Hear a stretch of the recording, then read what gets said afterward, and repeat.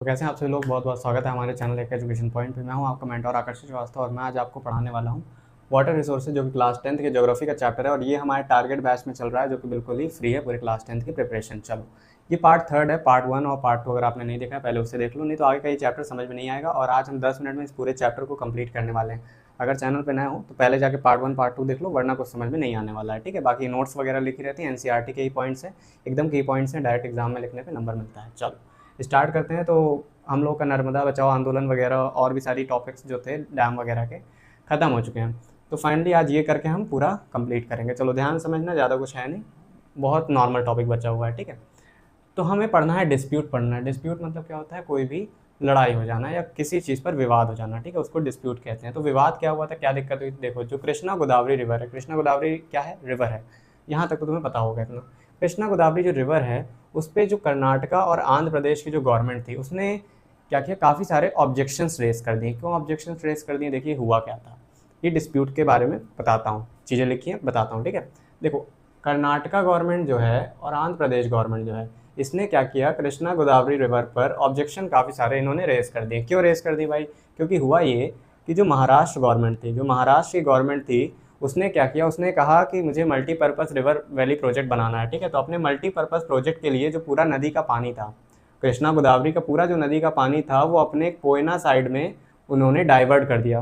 पूरे रिवर का जो रूट था, पूरा रूट उठा करके अपने साइड महाराष्ट्र गवर्नमेंट ने अपने साइड डाइवर्ट कर दिया, जिससे कि उनका मल्टीपर्पज़ प्रोजेक्ट चल सके। लेकिन इससे हुआ क्या, अगर सारा पानी वहाँ पर चला जाएगा तो आंध्र प्रदेश में और कर्नाटका में जितनी फैक्ट्रीज़ हैं, जितनी इंडस्ट्रीज़ हैं, जितनी कंपनीज़ हैं, वो कैसे काम करेंगे, एग्रीकल्चर वगैरह कैसे होगा? तो इस वजह से क्या हुआ, जो गवर्नमेंट थी कर्नाटका की और आंध्र प्रदेश की, उसने काफ़ी सारे ऑब्जेक्शंस किए इसके खिलाफ। ठीक है, महाराष्ट्र गवर्नमेंट के खिलाफ काफ़ी सारे ऑब्जेक्शन किए, क्योंकि क्या होता कि अगर पूरा पानी का रूट अगर मुड़ जाता बीच से, मान लीजिए मुड़ जाता और महाराष्ट्र में चला जाता, तो क्या होता कि काफ़ी सारे कॉन्सिक्वेंसेज होते हैं, एग्रीकल्चर इंडस्ट्री बहुत ज़्यादा इफेक्ट होती है। कहाँ की बेटा? कर्नाटका एंड आंध्र प्रदेश की। यहाँ तक की चीज़ें क्लियर है? आई होप तुम्हें क्लियर हो। चलो आगे बढ़ते हैं।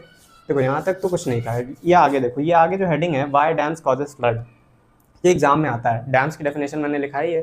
ठीक है, वाई डैम्स कॉजेस फ्लड, ये 4 नंबर के क्वेश्चन है, बेसिकली तुम्हें बोर्ड में देखने मिल सकता है। बट चलो ठीक है, देखते हैं।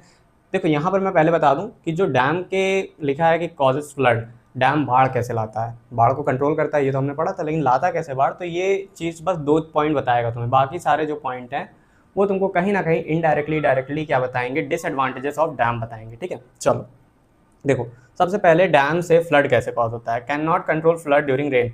देखो, जब बारिश होती है तो जो डैम है वो पूरा भर जाता है, तो जो डैम है वो रेन वाटर को संभाल नहीं पाता और अचानक से वाटर को छोड़ देता है और वाटर फ्लो रिवर में काफ़ी बढ़ जाता है, जिससे रिवर का जो लेवल है वो काफ़ी अप हो जाता है और जितने आसपास के घर वगैरह है वहाँ तक पानी चला जाता है और बाढ़ आ जाती है।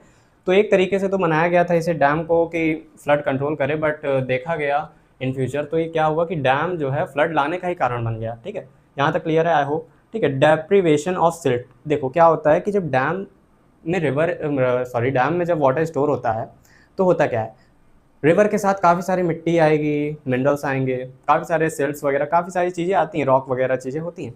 तो वो क्या होते हैं, डैम जो है, अगर मान लो ये डैम है, तो डैम के ये साइड में, नीचे साइड यहाँ पर जहाँ वाटर है, यहाँ पर क्या हो जाता है, काफ़ी सारा सिल्ट वगैरह, काफ़ी सारी चीज़ें स्टोर हो जाती हैं, जिसकी वजह से डैम की स्पेस जो है भर जाती है। पानी आता है तो ओवरफ्लो हो सकता है, जिसके वजह से क्या होता है कि डैम टूट भी सकता है। तो लोग पानी छोड़ देते हैं और पानी छोड़ने की वजह से क्या हो जाता है, आगे की पूरी जितनी एरिया है वहाँ पर बाढ़ आ जाती है। ठीक है, वैसे तो कंट्रोल करने के लिए बनाया गया था, बट आफ्टर दैट देखा गया तो वो बाढ़ लाने का ही कारण बन गया। कोई बात नहीं, आगे देखते हैं। अब आगे देखो, जो आगे लिखा है ये डिसएडवांटेजेस है। देखो, नोट्स बनाते रहो, खाली बैठ करके देखने का कोई मतलब नहीं होता।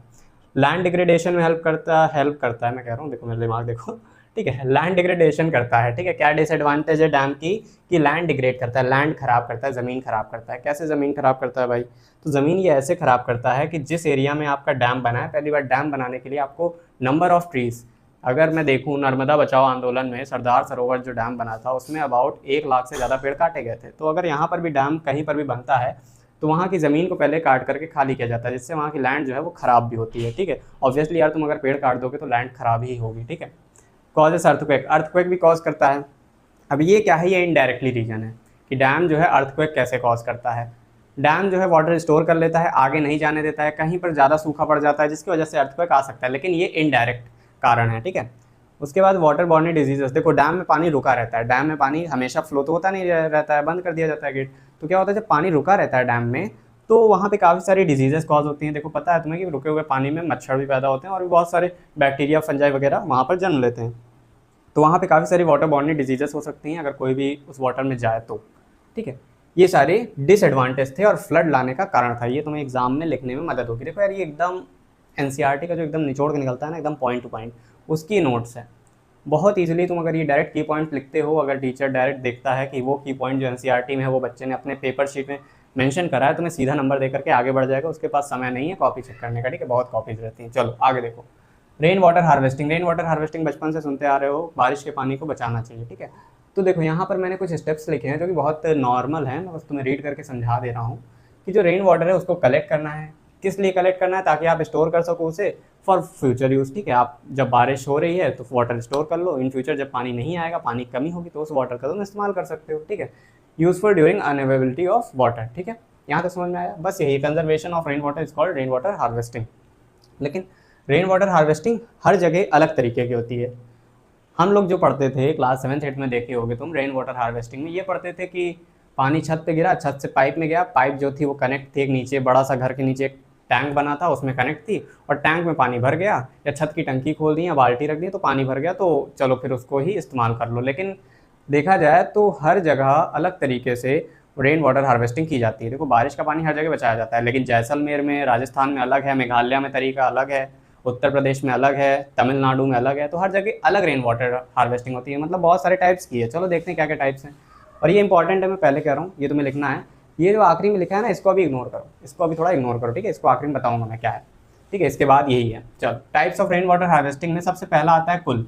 देखो अब यहाँ पर थोड़ा मैंने शॉर्ट में लिखा है तुम्हें समझाने के लिए, लेकिन अगर तुम्हें प्रॉपर नोट्स चाहिए एक बार कमेंट कर दो। कमेंट करते ही तुम्हें 10 मिनट के अंदर नोट्स मेरे टेलीग्राम पे मैं तुम्हें पूरा एकदम हैंड रिटन नोट कॉपी की दे दूंगा, ठीक है।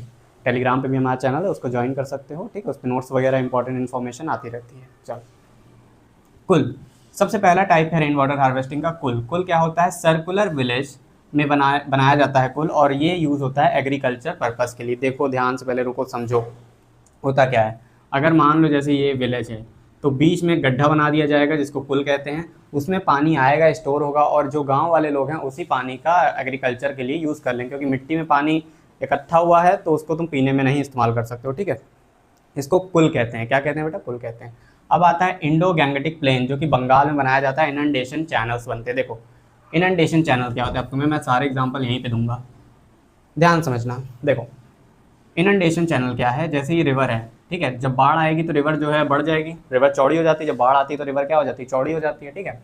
तो क्या होगा यहाँ पर, जो बंगाल के लोग हैं, जो बंगाल में ये होता है, ठीक है, इंडो गैंगेटिक प्लेन में, कि इनंडेशन चैनल बना दिए जाएंगे। इनंडेशन चैनल का मतलब है यहाँ पर ऐसे ऐसे रास्ता बना दिया जाएगा, ठीक है, ऐसे ऐसे रास्ता बना दिया जाएगा, जिससे जब रिवर चौड़ी होगी, जब पानी भरेगा रिवर में, तो रिवर चौड़ी नहीं होगी, और इनंडेशन के अंदर डायरेक्ट, इनंडेशन चैनल्स के अंदर डायरेक्ट पानी चला जाएगा, और ये डायरेक्ट पानी जहाँ पर नीडेड है वहाँ पर सप्लाई कर दिया जाएगा, ठीक है। Whether it is for agriculture, jute plant etcetera etcetera, जहाँ पर भी ये नीडेड है वहाँ पर इसका सप्लाई तुरंत हो जाएगा, ठीक है।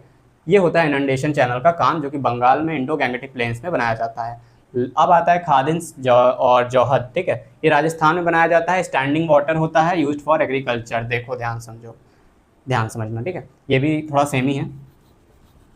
स्लोप एरिया टाइप में, पहाड़ के स्लोप एरिया टाइप में एक गड्ढा किया जाता है, जिसमें क्या किया जाता है कि वहाँ पे रेन वाटर आकर के स्टोर हो जाता है। क्या हो जाता है? स्टोर हो जाता है।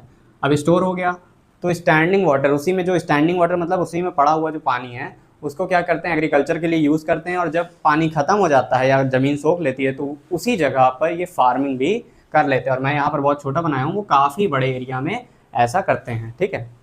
वाटर स्टोर करते हैं, जब वाटर खत्म हो जाता है तो उसी पे फार्मिंग कर देते हैं, क्योंकि अच्छे से जो मिट्टी है उसे अच्छे से इरिगेशन हो चुकी है, पानी मिल चुका है, तो अच्छे प्लांट ग्रो होते हैं, ठीक है। अब आता है roof water harvesting. Roof water harvesting मतलब, रूफ वाटर हार्वेस्टिंग मतलब जो आपकी छत से पानी आ रहा है उसको आप सेव कर रहे हो। जैसे कि अब जो तुमने पुराने 7th 8th क्लास में पढ़ा होगा वही सेम चीज़ है यहाँ पे। रूफ वाटर हार्वेस्टिंग में क्या है, बीकानेर और फलौडी, ठीक है, बीकानेर और फलौडी में आप देखोगे तो वाटर जो होता था स्टोर होता था किसमें? टंकास में। टंकास, ये आया थोड़ा नया टर्म, नया वर्ड आया। टंकास क्या होता है ये भी देख लेते हैं, ठीक है। टंकास के बारे में अगर बताऊं तुम्हें, तो टंकास कुछ नहीं, अगर ये तुम्हारा, जैसे मान लो ये तुम्हारा घर है, तो तुम्हारे घर के ही अंदर या नीचे, नीचे नहीं होता, मेनली अंदर होता है, ठीक है। आपके घर के आंगन में एक बड़ी सी टंकी बना दी जाती है, जो भी पानी छत पे गिरता है वो छत से डायरेक्ट पाइप से आते हुए कहाँ, ये टंका में स्टोर हो जाता है। इसको टंका कहते हैं और ये राजस्थान में बनाया जाता है। समझ में आया इतना? ठीक है, ये टंका में आकर के पानी स्टोर हो जाता है। ये यहाँ तक क्लियर होगी आपको बात, ठीक है। लास्ट है Gendathur Karnataka, but last but not the least, ठीक है। ध्यान समझना, गेंडाथुर कर्नाटका में क्या होता है, 200 से ज़्यादा घर जो हैं वो रूफ वाटर हार्वेस्टिंग करते हैं। तमिलनाडु में रूफ वाटर हार्वेस्टिंग को कंपलसरी बता दिया गया है, ठीक है।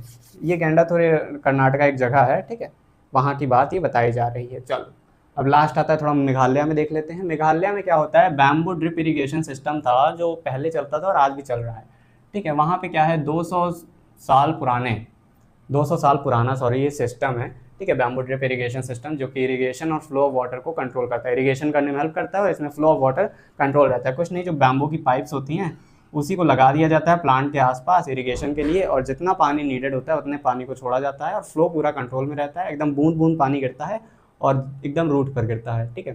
तो इससे क्या होता है, वाटर वेस्ट भी नहीं हो रहा है और एकदम पॉइंट टू पॉइंट प्लांट को मिल भी रहा है, ठीक है। वाटर आपके कंट्रोल में है, कहने का ये मतलब है। चलो इसका क्या करो, थोड़ा सा स्क्रीनशॉट तुम लोग ले लो और नोट्स अपनी कंप्लीट कर लो। बाकी हमारे चैनल को सब्सक्राइब करना, क्योंकि हम लोग रात में मोटिवेशनल शॉर्ट अपलोड करते हैं जो कि तुम्हें क्लास 10th के जर्नी में हेल्प करेगा मोटिवेट होने के लिए, ठीक है। बाकी तुम जो पिछली हैं, देखो ये 3rd चैप्टर है ज्योग्राफी का, 1st चैप्टर 2nd चैप्टर की वीडियो पूरा लेक्चर है, 1st, 2nd, 3rd part 30 minute में कंप्लीट है नोट्स के साथ।